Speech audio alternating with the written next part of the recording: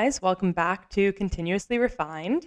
I'm Shayna. And I'm Sicily. Before we get started, we just want to quickly shout out our good friend Aiden for helping us with our podcast and getting the sound fixed and everything. We're so appreciative of your help, Aiden. So thank you. Yeah, all those technical difficulties have finally been solved, guys. Damn, they were so much fun. But it's been a few weeks since we've just kind of talked to you guys about just our lives and kind of where we're at. So Shayna, how have things been going with your health and lifestyle changes lately? Yeah, to kind of do a recap, the biggest thing that I have been focusing on in the last couple weeks is just ensuring that I'm like getting my body on like a rhythm, taking my supplements and really focusing on food. I'd say I've done a fairly good job about it, obviously giving myself grace because we're not perfect at it and I can't always do everything as I'm supposed to be doing. But with spring break coming up, which we're leaving for tomorrow, that's been like a really big challenge that we've been talking about and what that's going to look like for the next week. Yeah.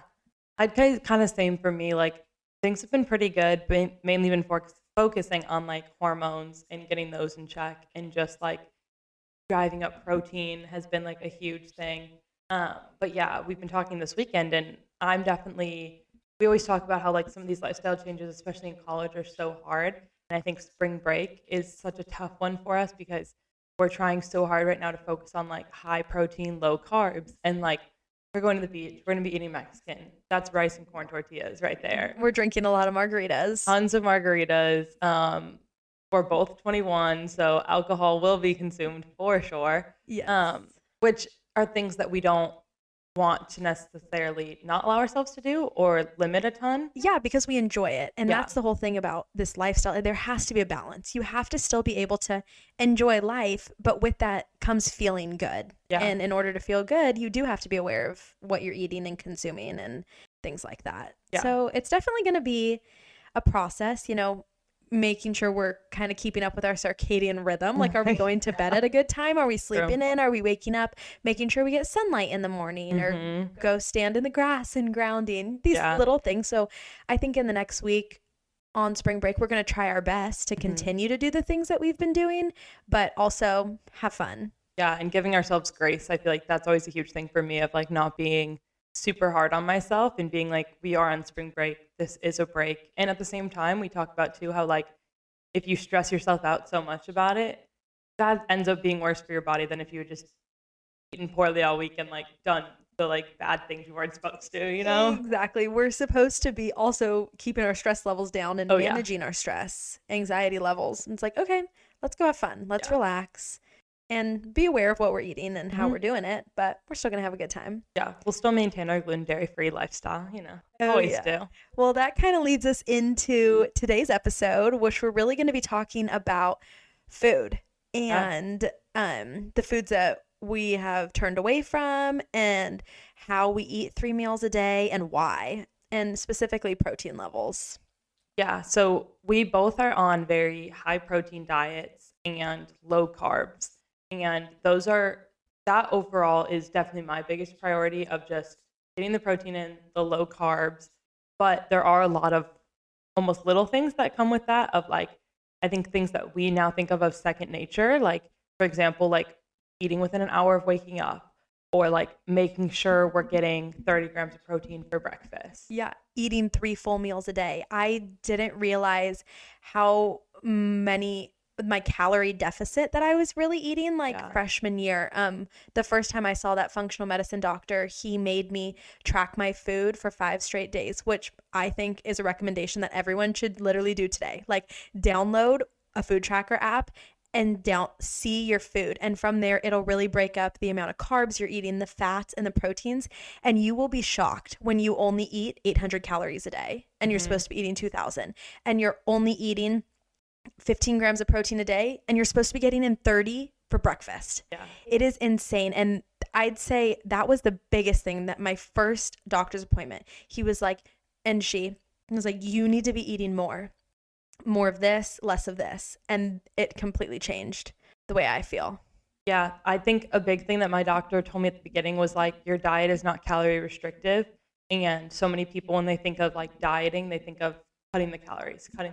And instead it's the opposite. Fully. And it's focus on your protein. Like he was like, you should be getting at least a gram of protein, like a good rule of thumb for every like ounce of body weight or every pound of body weight. So if you weigh 135 pounds, you should be getting 135 grams of protein a day. Holy cow. Which is crazy. And that's a lot. And I just downloaded again last week a food tracker app and started looking at it again because I was like, I know I'm not getting enough. Like I can feel that my body's not getting enough protein. I can feel the blood sugar spikes and things. But I was so eye-opened to the amount, not only like I kind of know how much protein I'm getting, but the amount of carbs that I was getting. They catch up to you so fast. I mean, it's in everything. You don't think about veggies being a carb. Fruits and vegetables are carbs. They just turn right into sugar. And we're not saying to not eat those things. We need the fruits and vegetables. But when you're looking at how to balance the percentage of carbs that you're eating with protein, protein should always be the biggest and the most thing that you're eating. Yeah, the biggest thing on your plate. Correct. I always think of like how we grew up with like the my food like plate and like the food pyramids and stuff that were so just toxic for us and not good representations of what we should be eating. Protein should absolutely be the biggest thing on that plate, which is so hard, especially in the way our society is set up and like the foods that we're normally eating. Yeah, and with that, one of the biggest recommendations, again, neither of us are doctors. Yeah. We are not doctors. We are not licensed. Neither of us have gone to school for anything health related. No. We're just sharing with you guys kind of our story. And one of the biggest things that I've implemented into my life is eating a full breakfast in the morning. A rice cake with peanut butter is not enough. Girls, stop. You need to start your day with protein. One egg has 6 grams of protein, and my doctor recommended 30 grams of protein. So that means eating 2 scrambled eggs with some sausage and some avocado, making a smoothie, a full protein smoothie where you're really getting the full balanced diet. And right off the bat, it's going to start your day so much better. You're going to be fuller for longer. You're going to regulate your blood sugar. You're going to improve your appetite. You're not going to want to snack as much throughout the day when you start your day with a full breakfast. Yeah. And Shayna, what are some of the things that you will eat for breakfast in the morning in order to get all of your protein in? Yeah, that was really hard finding, especially like being in a dorm. That's a whole nother story. But I'd say for right now, so I eat a lot of eggs. And so that's really helping. Probably 2 to 3 days a week, I'll make either a scrambled egg with some sausage. I found a really good clean one from Trader Joe's it's frozen. And then I'll cut up like half an avocado with some fruit.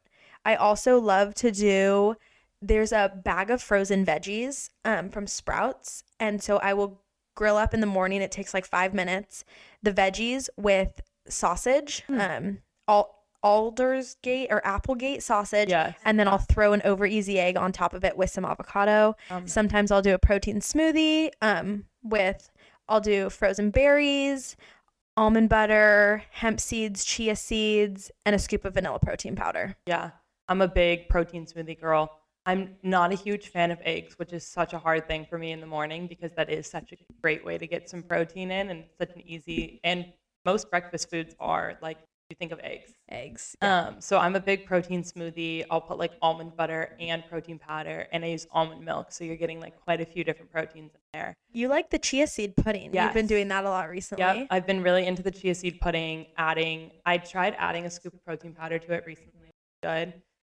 Or just adding almond butter and using almond milk, things like that to get that protein in too. We are all for easy, pre-made, heat 'em up meals. And that's the really good thing about like chia pudding or overnight oats. They're already ready to go, but you have to make sure you're adding the protein or they will really spike your blood sugar. Yeah. And that's not good off the bat in the morning. Yeah. And so going into like regulating our blood sugar, that's such a big thing for us with our hormones and stuff, and being insulin resistant or pre-diabetic. And the biggest thing is eating 3 meals a day and staying consistent with how much you are eating and when you are eating, but also just eating that solid breakfast. Yep. Really big thing, which I didn't realize until doing my blood work, that my doctor was like, you're pre-diabetic and you have this insulin resistance. So when you over consume added sugar into your body, your insulin is not able to work the way that it should. So it pretty much works as a key to a lock to then let the sugar go into your bloodstream in a usable form. So insulin resistance is that key, or the lock is jammed, and the insulin is not able to open and release. So then your body's just storing this added sugar and it's not being in a usable form of energy. And so I know we both kind of have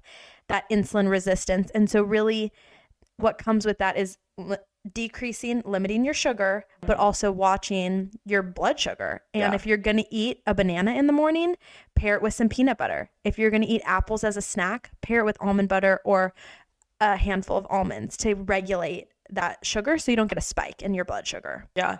And it's really easy, and especially, at least for me, and I've been paying more attention to it, but I feel like it's easy for the average person to know if you struggle with your blood sugar levels, because you'll wake up kind of nauseous, already feeling thrown off. You normally have a crash between like 3 and 5 p.m. That's a big thing. That crash that like everyone's like, oh, all women get it. It's really not normal. It's not true. And we didn't realize until we went to these doctors and we did this blood work that these things are not normal. Right. You're not supposed to wake up feeling nauseous. You're not supposed to have this crash where you're exhausted around 3 p.m. Yep. It's all blood sugar, health, hormones. It's been a big thing. Yeah, and going back to just protein, that's just so important for female hormones in general. Protein contains amino acids, which are building blocks for hormones, and that contributes to your reproductive health. So it's really good, especially animal-based protein, because of the nutrients you're getting from that.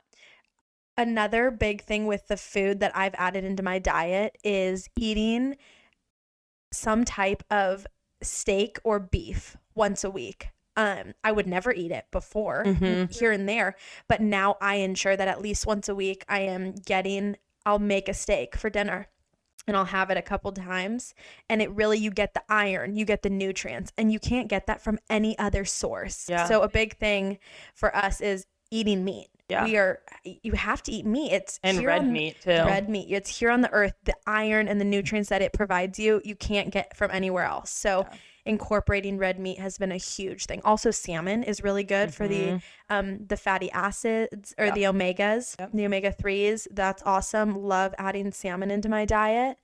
Has been a big thing.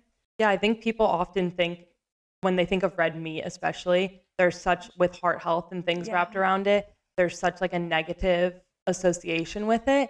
But in like moderate amounts, yes, it's so good for you. And I mean, people have asked me before, like, why don't you do a plant-based diet? Like, you already don't eat gluten and dairy, like just do a plant-based diet. And I'm like, no, because I need the protein and the nutrients from animal sources. Yeah, and you can't get it from anywhere else. And also a big thing that we focus on is limiting the carbs. Yeah. So when you look at your plate, how much rice are you eating compared to your meats, or how many veggies? And yes, you still want a lot of veggies and fruit, but pair that with a ton of protein. Yeah. Limiting we can't have bread, but the gluten-free breads and the rices and the fruits, the vegetables, just being aware of the moderation that you're eating it in. I think it's one of the hardest things when you first become gluten-free, especially, of not just running to those gluten-free alternatives right away. And that was hard for me because, like, growing up in high school, like, my breakfast every morning was waffles with almond butter and honey. And so I was like, well, how am I supposed to just change this and start eating something different? So I was like, oh, gluten-free waffles, things like that. But those don't help your blood sugar levels so much, because that is so much sugar for breakfast. And you can find those sources that have the high protein, and you can avoid the gluten-free things, but it is hard when you're so used to eating those. Definitely. It's an adjustment. It's not easy. It takes time. You kind of try out some things. The biggest thing for me that my doctor really recommended was eating a whole foods 100% natural diet. Yeah. So if it comes from the earth, it's good. Decreasing all processed things. And yes, here and there, it's so much easier to pick up a snack bag of something, but really trying to focus on, is this a whole natural food? Yeah. I love that if it comes from the earth, like then it's good. That's such a great way to look at it. Yeah. And you really want to watch out on those, even gluten and dairy free, but any packaged thing. Look at the back, read the ingredients. They sneak in so much extra crap. Yeah. Processed chemicals, the oils that they use, it's unnecessary and there's no nutrient value into it. Yeah. So just be aware of that. I love if it comes from the earth, I'm telling you, if you stick to it, the Lord made it, it's good. Yeah. Shayna and I will spend so much time in a grocery store because it's so funny. Oh my gosh. Like when we would go to Sprouts last year, like we would literally walk down every aisle and be like, oh my gosh, this is new. Like, let's look at this. And then we'd turn it over and see like 20 ingredients. We'd be like, okay, no, like never mind. And then we'd like go to the next one. It'd be like 7 ingredients, but it has this seed oil. And we'd be like, okay, then we can't do that either. Exactly. And Cicely, one of the big things that you talk about is gluten and dairy free. And you've been that for 5 years? Like 4, yeah. 4 or 5 years. So why? Why did your doctor put you on a gluten and dairy free diet? Yeah. Well, to start, a lot of people are sensitive to gluten and dairy, and especially in the US. 20 million people are sensitive to gluten in the US alone, and 50 million are sensitive to dairy. Those are huge numbers. Yeah. Our bodies just like the way things are processed now, we can't break it down. And so both of our doctors were recommending that. And mine was eventually, it started because it was really easy to eat that whole foods diet in order to cut everything out and see like what my body can handle and like what my body will be able to process. My body has very much so proven to be opposed to gluten and dairy. Even when I'm not eating gluten, I can tell when I've had like potentially cross-contamination with gluten, like my body will react to it. And because I'm still trying to regulate my hormones, gluten products with the carbs and the carbs becoming sugar then spike the blood sugar. And so that's why I'm still staying away from gluten. And then dairy I still stay away from because I've tried to work it in a little bit and my body's okay with it, but I notice how bloated I get and how lethargic I feel and things like that. Yeah, the inflammation is a really big thing with the gluten and dairy because of how we process it in America, that our bodies aren't able to then digest it. And so our inflammation goes up and it's not great for our gut. So that's a big thing why I turned away from the gluten and dairy, was really just for that gut health and the gut microbiome and decreasing inflammation in the body so that it can work better. And just the way that America processes things. We talk about it all the time. I could go on a tangent. Yeah. Because I could go eat a loaf of bread in Europe and be totally fine because they have such stronger regulations in other countries about the pesticides that they're able to spray and the folic acid that they add. It is insane the difference in the way that the United States processes bread and wheat and the pesticides that they spray on it versus in other countries and especially Europe. It's wild. Even with dairy, cows here are being injected with hormones to help increase their milk production. And these hormones, then we we consume them through the milk or the cheese that we eat. And the FDA here allows 8 additives and hormones to be added to foods that are banned in literally all other countries. Like only the US allows these additives. Wild. So that the farmers can use this milk that the cow normally wouldn't produce. Exactly. And Europe is really good about, they test all of their additives and they prove that they're unharmful before they allow them to be added into their food. Whereas the US does kind of a backwards approach of it, was they will let anything into their food, but then if it's proven harmful, they'll then take it out. But that's only after the effects and the damage has been done. It's so reverse the way that we do things. So it's just good to be aware. And we're not saying that every person needs to go cut out gluten and dairy and stop eating sugar, but it's just good to be aware and do your own research on why do I feel bloated and sick after I eat a bowl of pasta? Yeah. Things like that. And then you go to Europe and you don't think twice about it because you don't feel that way. You know, you don't feel sick. So the amount of times I've thought about just running away to Europe so that I can like eat a piece of bread, way too many. Yeah, I'd love to move to Italy. Yeah, do you want to talk about kind of organic misconceptions? I think organic is a big part of food and something that we talk about a lot, and you're very well versed in it. Well, thank you. Yeah. I think from probably the last 10 years, if you see the word organic, you think good. If it's not, there's 2 items sitting on a shelf. One of them says organic. You're going to naturally gravitate toward that because you assume that it's healthy, but it doesn't always mean that. So there's a really broad kind of term for organic and a list of FDA requirements that they have that can say it can have X amount of pesticides before it becomes organic, and a whole standard. So there's something called the EWG, and that's the Environmental Working Group. They have a website that's amazing. I would recommend everyone go read up on it just to kind of understand for yourself what it looks like for a fruit and a vegetable to be organic. So a big thing that my doctor put me on was being aware of the pesticides, herbicides, and chemicals that are being sprayed on our foods, because when you consume those are called hormone disruptors. So because your body isn't used to it and it's not natural for us to consume these chemicals, it disrupts our hormones. So the EWG came out with a list of fruits and vegetables, one being the Dirty Dozen. So 12 fruits and vegetables that are extremely, extremely heavily sprayed with chemicals. And then another list called the Clean 15, which had very low to no pesticides. So some things on the Dirty Dozen, and these are a list of things you should only ever buy organic. Yep. So strawberries, spinach, kale, peaches, pears, and you can read up on the whole list. Apples being another one. If they don't have these in the organic boxes, like if they're not sold organically, my doctor said don't eat it. Yeah. If the grocery store doesn't have organic strawberries, don't eat it. Whereas then the Clean 15 are fruits and vegetables that don't waste your money on the extra $2 organic because they're not heavily sprayed with pesticides. So that's like avocados, corn, pineapple, onion, sweet potato, asparagus. Don't waste your money. You can buy the regular ones. So it's really interesting too that just because it says organic doesn't mean it's good, and to be knowledgeable about the different kinds of foods. So that is the Dirty Dozen and the Clean 15 from the Environmental Working Group website. Yeah.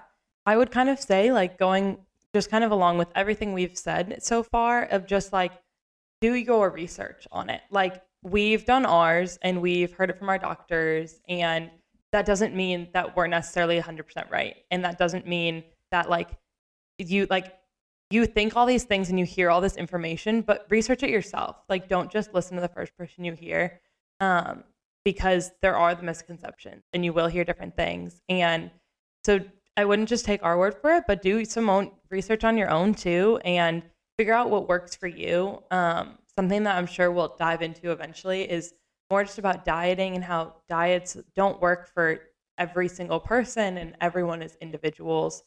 So this is what works for us and has been working for us, and the high protein, low carb, and that's what we're doing right now and we're working through. Yeah, it's been a really big thing, and it's also been so helpful. I notice the way that I feel differently by eating this way compared to how I felt 2 years ago. Yeah. And I have made the most drastic impact on my health. I can see it in my blood work. I know the way that I feel.